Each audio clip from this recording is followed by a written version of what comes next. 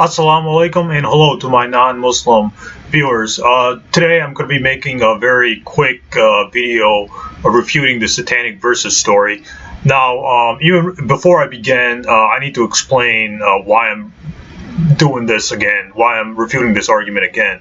Most of my viewers know that back in 2011, back in September 2011, I made a video called Satanic Verses, a false story about the Prophet Muhammad. And that video became popular, and a lot of people liked that video. There are some dislikes too. But anyways, a lot of people were appreciative of that video. They said that that video completely debunks the Satanic Verses story. And I'm happy that, you know, my video completely refutes that story that Christian critics of Islam keep bringing up. And not just Christian critics, but atheist critics also bring up that story for some reason. But anyways, back in 2011, I made a video called Satanic Verses, a false story about the Prophet Muhammad, where, you know, I went through all the arguments for the Satanic Verses and I refuted it in that video. Well, I thought I went through all the arguments, and you know, I refuted the arguments I thought were available at the time. So anyways, as the years went on, I didn't think much of it. I thought I completely refuted the Satanic Verses story by that video. But then, you know, last year, or I'm sorry, back in 2015, I think, there was some people were saying that I didn't refute some arguments pertaining to the Satanic Verses. So I went back and I saw the my video, Satanic Verses, a false story of Prophet Muhammad, even though I didn't see that video for a few years since then. So I went back, I looked through that video, and I found out that the arguments that you know, people were saying, people were emailing me, people were, you know, talking to me about, I didn't refute those arguments in that video. So this is going to be, you know, my second and final attempt to completely destroy or refute the Satanic Verses story. And I'm gonna make this pretty brief. Just, you know, just to get to the point and you know, refute the argument I didn't refute, or the arguments that I didn't refute. I'm sorry. So let's begin. First of all, again, what is the source for this? What are the sources for the Satanic Verses? The sources for the Satanic Verses would be Ibn Ishaq, pages 165 through 167. The second source would be Al-Waqidi. And Al-Waqidi's quote is found in the Life of Mahmet, Volume 2, pages 150 to 152 by William Muir. And he was quoting Kitab al-Waqidi, which was published in London. Now, I don't have, you know, Kitab al-Waqidi with me. I don't have that book, but it seems like a lot of people don't have that book, and they're just quoting an Orientalist who had access to that book. So if somebody has access to that book and wants to give me the exact reference number or reference for, you know, the Satanic Verses in Kitab al-Waqidi, you know, let me know and I'll put it in the description below. If anybody has the direct reference to the Al-Waqidi quote. But anyways, the Al-Waqidi quote is found in the Life of Mahmet, Volume 2, pages 150 to 152 by William Muir. And the quotations are found in Kitab al-Waqidi. The third source is Ibn Sa'd, and Ibn Sa'd was writing was writing after Al-Waqidi, and Ibn Sa'd's books are Kitab al Tabaqat, Al-Kabir, Volume 1, pages 236 to 239. And this was translated by Munir al-Haq. And again, this is found in Ibn Sa'd's references, Ibn Sa'd, Volume 1, page 237. The fourth source for the alleged Satanic Verses is Al-Tabari, Al-Tabari's history. Al-Tabari, now this is where I made a mistake in the first video, and I apologize because I wasn't reading the Roman numeral correctly. So in the 2011 video, Satanic Verses, a false story of Prophet Muhammad, I made a mistake, and the mistake was the reference. So I apologize for that. I'm going to fix that right now. The reference is Al Tabari, Volume 6, pages 170 through 178. In that first video, in that 2011 video, I said it was Volume 4. I made a mistake, so I'm correcting that mistake. It's Al Tabari, Volume 6, pages 170 to 178. So, those are the 4 sources for the Satanic Verses. Now, all these sources are weak, according to Islamic scholars.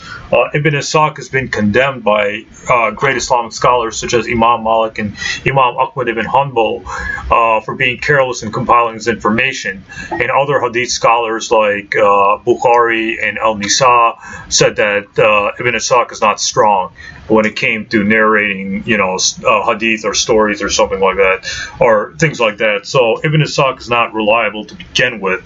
Same thing with Ibn Sa'd, because in Ibn Sa'd's Isnad, or chain of transmission, Al-Waqidi is the narrator, and Al-Waqidi is a known liar according to hadith studies. Ahmad ibn Hanbal, Bukhari, and other top-notch Islamic scholars have said Al-Waqidi is a known liar. So Al-Waqidi is definitely, if an Isnad has Al-Waqidi in it, then that story is false. It doesn't matter if it's an Ibn Sa'd, Al-Tabari, etc. If Al-Waqidi is the narrator, then the story is false. It's automatically, weak and false, so we can dismiss it. So Ibn Sa'd's chain of transmission in Ibn Sa'd, Volume 1, page 250, Volume 1, page 205 to 206, Al-Waqidi is in the chain of transmission, so it's false. We can say the Ibn Sa'd reference is weak. As for Al-Tabari, again, Al-Tabari, is a weak source. In Al-Tabari, Volume 1, page 169 to 177, Al-Tabari warns people that his books are filled with weak and authentic narrations, and this narration is definitely, weak. There's no reliable chain of transmission for the Al-Tabari narration. And Al-Tabari also narrated the Satanic Verses in his Tafsir. Tafsir is a commentary of the Quran. So in Tafsir Al Tabari, Volume 17, page 131 to 132, Abu Mansur was one of the narrators, and because Abu Mansur was a narrator, he's considered a weak narrator. So we can toss Tafsir Al Tabari, the narration of Tafsir Al Tabari. We can toss it out because it comes from a weak source. Now, a lot of Muslim scholars have said that the Satanic Verses is false. Scholars like Ibn Kathir, Qadi Iyad, Ibn Hajar, etc., etc. So there are a lot of Sheikh Albani. So a lot of Islamic scholars have said that the Satanic Verses is false. There's no chain of transmission to it. However, the argument, one of the only arguments that I didn't refute in my first video was that Ibn Taymiyyah accepted that the Christian critics of Islam alleged that Ibn Taymiyyah accepted the Satanic Verses as true. They said Ibn Taymiyyah, for those of you who don't know, was a Salafi Islamic scholar. He was one of the big top-notch Islamic scholars of his time. So a lot of Salafis and a lot of conservative Muslims take Ibn Taymiyyah's religious rulings, very seriously, because they think Ibn Taymiyyah was a big Islamic scholar and stuff like that. So the argument goes that, Ibn Taymiyyah supported, the Satanic Verses, or he said the Satanic Verses is true. Now, is that true? No, it isn't. Now, what is the source for Ibn Taymiyyah allegedly, confirming the Satanic Verses? The source is Majmu' al-Fatwa, Ibn Taymiyyah, Majmu' al-Fatwa, Volume 2, page 282. So they allege that that reference says that Ibn Taymiyyah accepted the Satanic Verses story as true. So is it true? Is it true that Ibn Taymiyyah thought that the Prophet Muhammad, peace be upon him, uttered the Satanic Verses? And the answer is no. You know, a lot of Christian critics are basically misreading Ibn Taymiyyah's statement. What Ibn Taymiyyah was saying was that when Ibn Taymiyyah looked at all the narrations of the alleged Satanic Verses, he concluded that the statement was only placed into the ears of the disbelievers, and not that the Prophet uttered it. You know, there's no Ibn Taymiyyah only thought that you know, the disbelievers around the Kaaba or in Mecca only heard the alleged you know, the alleged praising of the idols, Allah, Mansoor, and Uzza, who are the three idols in the alleged Satanic Verses story. Anyways, Ibn Taymiyyah thought that the disbelievers just heard the statement. You know, it was only placed into the ears of the disbelievers. So Ibn Taymiyyah is not saying that the Prophet Muhammad uttered the Satanic Verses in praise of the idols, Allah, Manat, and Uzza. I'm sorry. Ibn Taymiyyah only thought that the disbelievers heard that statement.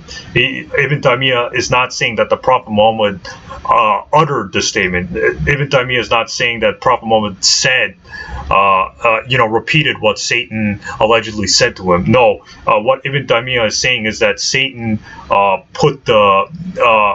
Satan whispered into the ears of the disbelievers, or Satan talked to the disbelievers, and disbelievers heard the you know, the praise of the idols, and so the disbelievers heard the Satanic Verses, not that the Prophet Muhammad uttered it. So that explains Ibn Taymiyyah's ruling on Ibn Taymiyyah's you know, statement of the Satanic Verses. Ibn Taymiyyah is just saying that the disbelievers heard it, not that the Prophet Muhammad uttered it. So that refutes the idea that Ibn Taymiyyah supported the Prophet Muhammad uttering or saying the Satanic Verses. Again, the reference for that is Ibn Taymiyyah Majmu Fatwa, Volume 2, page 282. So, you know, that completely refutes the argument that Ibn Taymiyyah supported the Satanic Verses, or supported the idea that the Prophet Muhammad, peace be upon him, uttered the Satanic Verses. Now, another argument that I didn't, I'm sorry, there's another reference for Ibn Taymiyyah. It's Ibn Taymiyyah and the Satanic Verses by Studica Islamica, number 87, 1988, page 67 to page 124. So there's another reference for the Ibn Taymiyyah quote, or where you know, critics are getting the quote. But where I got the Ibn Taymiyyah quote was from a book called Sirat al-Nabi and the Orientalist, Volume 1B by Muhammad Mohar Ali. So, you know, that's where I got the direct quote from Ibn Taymiyyah. And Ibn Taymiyyah, the quote is written in Arabic, you know, so the original quote's in Arabic. But anyways, another thing I wanted to address is, did Sahih al-Bukhari support the Satanic Verses? And no, it's not true. And no, that's not true. Now, some Christian critics also say that, well, the story finds support not only in the Quran but Sahih al-Bukhari, and Bukhari is considered the most authentic, you know, it's considered the most authentic book after the Quran, according to Sunni Muslims. And Sunni Muslims is this Orthodox or the majority of Muslims. You know, like 85 to 90% of the Muslim world is Sunni. So is this true? No, it isn't. Now, what is the source for Bukhari allegedly mentioning the Satanic Verses? The source is Sahih al-Bukhari, Hadith number 4862, and this was and it's said by Ibn Abbas that when the Prophet and the Muslims finished reciting Surah an-Najm, all the Muslims and the mushrikeen, which were the polytheists, pagans, idolaters, and disbelievers in Mecca, and the jinn and the humans prostrated with him. So, but notice what Sahih al-Bukhari is saying. The Sahih al-Bukhari reference is just saying that everybody prostrated when they heard the Prophet Muhammad saying or reciting Surah al-Najm. It's not saying that the Prophet Muhammad uttered the satanic verses or Prophet Muhammad praised idols. Nowhere in the Sahih al-Bukhari reference does it say that. So all it's saying is that, you know, the disbelievers and the jinn and humans who were around in Mecca just you know, did prostration when they heard the Quran chapter 53. So you know, some scholars, like, you know, if you read the hadith commentaries of Ibn Hajar and stuff like that, what that narration is, just all that narration is saying is that everybody was moved by the by the Arabic of Quran chapter 53, and they were so impressed by the poetry of the Quran chapter 53 that everybody did prostration. The non-Muslims, the Muslims, the jinn, who are, jinn is like, you know, a supernatural being in Islam, like devils, and it would be like the biblical devils or demons in Islam. You know, jinns are like the Islamic version of devils and demons. So, you know, they were there and they prostrated because they were affected by they were affected by the poetry of the Quran, chapter 53. Nowhere does Sahih al-Bukhari say that the Prophet Muhammad uttered the satanic verses. It just says that everybody who was around the Prophet prostrated because they were impressed by the Quran's, you know, Arabic poetry or whatnot. So that completely refutes the satanic verses story. You know. So that completely refutes the satanic verses story. The satanic verses story is completely false. No Islamic scholar accepts that story. The only people who accept that story is Christian critics, because they're desperate to use pretty much anything against Islam. So this completely refutes the story. I'm going to put all the references down below in the description, so, you know, take a look at that. And I think I completely refuted satanic verses. If anybody has any comments, you know, email me or talk to me in the discussion tab. Thanks. Assalamu alaikum.